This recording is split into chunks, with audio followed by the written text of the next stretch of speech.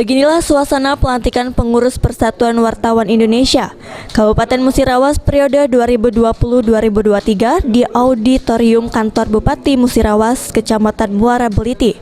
Kegiatan ini dihadiri langsung oleh PLT Bupati Musirawas serta unsur Forkompimda dan tokoh Pers Musirawas.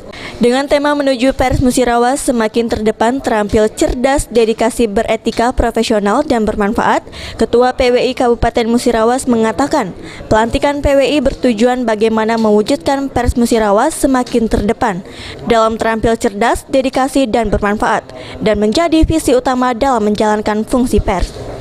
Pers Musirawas, khususnya organisasi PWI Musirawas, untuk melangkah ke depan lebih baik lagi. Yang menjadi tujuan kita bagaimana untuk mewujudkan Pers Musirawas yang semakin terdepan. Terdepan dalam arti terampil, cerdas, dedikasi, kemudian beretika, profesional, dan bermanfaat. Sementara itu, Ketua PWI Provinsi Sumsel, Haji Firdaus Komar menyebutkan, pelantikan PWI Kabupaten Musirawas merupakan bagian dari menjalankan mekanisme roda organisasi dan bukan suatu bonus pengabdian. Karena tugas utama adalah bagaimana menjalankan fungsi jurnalistik sebaik mungkin.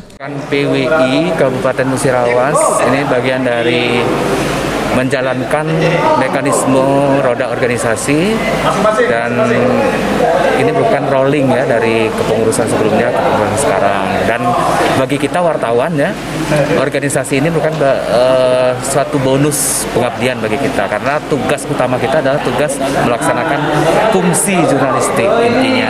Jadi kalau kita di organisasi PWI tapi tidak melaksanakan fungsi jurnalistik, untuk apa pula? Tapi hakikat kita adalah melaksanakan tugas kewartawanan sebagai melaksanakan Undang-Undang 40. Kalau PWI ini sekedar untuk kita berkontribusi, mengabdi, untuk menghimpun teman-teman yang satu profesi wartawan untuk menyelesaikan masalah yang kita hadapi biar lebih solid, lebih kuat, lebih bagus, dan berintegritas, bisa bersinergi dengan pihak lain. Adi Arianza, PAL TV.